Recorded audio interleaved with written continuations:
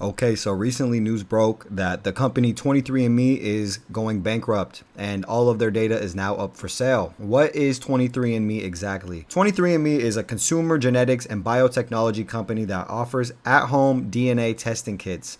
Basically, you send them a sample of your saliva and they will give you like your origin story, right? They'll break down your lineage. They use a process called genotyping, which will read specific parts of your genetic code. And in return, you get a pretty in-depth breakdown of your ethnic background, health reports, that can tell you whether you are at risk for cancer, Alzheimer's, etc. Things in that nature, which is pretty fascinating. I mean, this company's been around since the early 2000s, which is crazy because it seems pretty advanced for something back then, right? But what do I know? Anyway, even with all this cool stuff they can do, they recently filed for bankruptcy. Now, this happens all the time, right? I mean, businesses fail all the time, but this is obviously not an ordinary business. As we mentioned earlier, this company deals with its customers' DNA. And it's not just some fun, ancestry report. We're talking deep, personal, and sensitive genetic data. And now that data is up for sale, which just sounds horrifying if you ask me. I mean, that's what made me want to make this video. How much is your DNA worth? Doesn't it feel kind of dirty that this kind of information can even be purchased? Personally,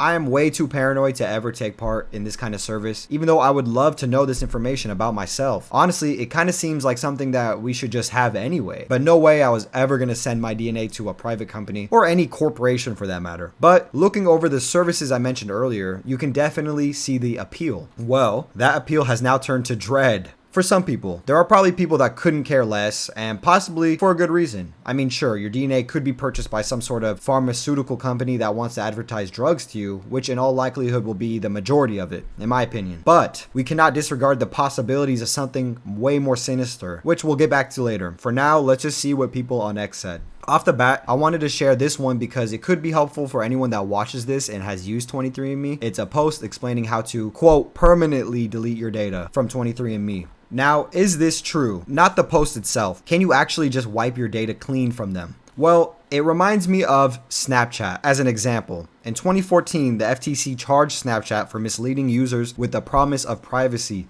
when in fact, the photos that were, quote, deleted were actually never deleted at all and could be accessed by just connecting the phone to a computer or using a third-party service. And that the company also transmitted geolocation information from users on Android even though their privacy policy said it did not track or even access such information. Now, this is an example I just remembered off the dome. And does this example mean anything to what we're here to talk about? I mean, to me, I don't trust any of these companies when it comes to data, which is the most valuable resource on the internet, maybe second to the attention economy, right? But no, 23andMe is not automatically guilty, but I use this as an example of just straight negligence on the part of companies retaining customer data. Now, as far as 23andMe goes, when you dig just a little bit into their privacy statement, they tell you they will retain your genetic information even after deletion.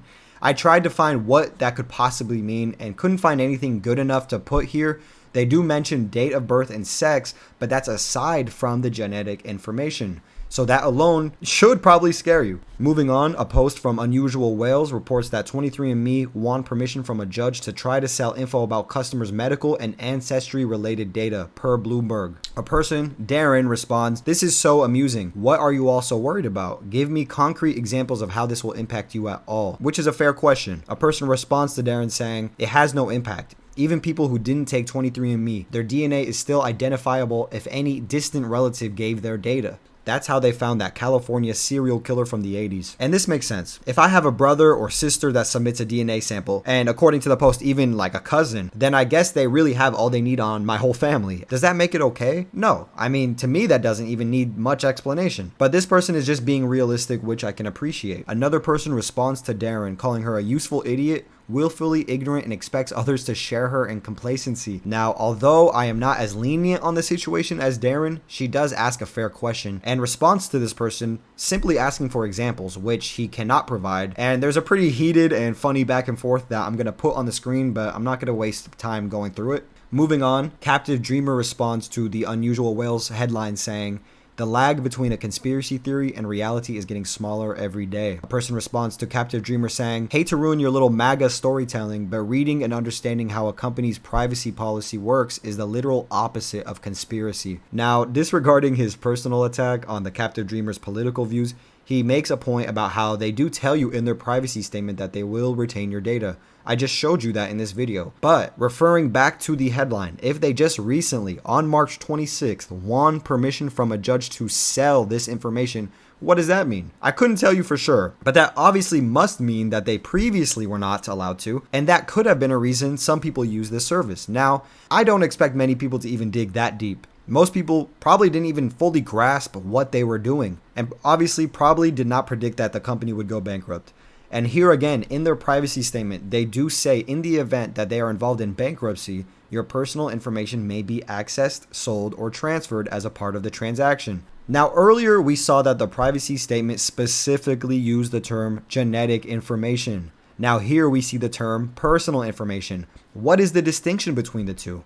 And that's where this all gets so messy and tricky, and no way in hell did, at least in my opinion, the majority of people dig this deep before using the service. Now, as we know, many companies honestly rely on the fact that we don't read all this shit. But to put a bow on this part, what it looks like to me is that your personal information was already gone out the window to the highest bidder. But now, after they want permission from a judge, so is your genetic information. Moving on, this person says, in response to Unusual Whales, the headline, sure, but medical privacy laws still apply.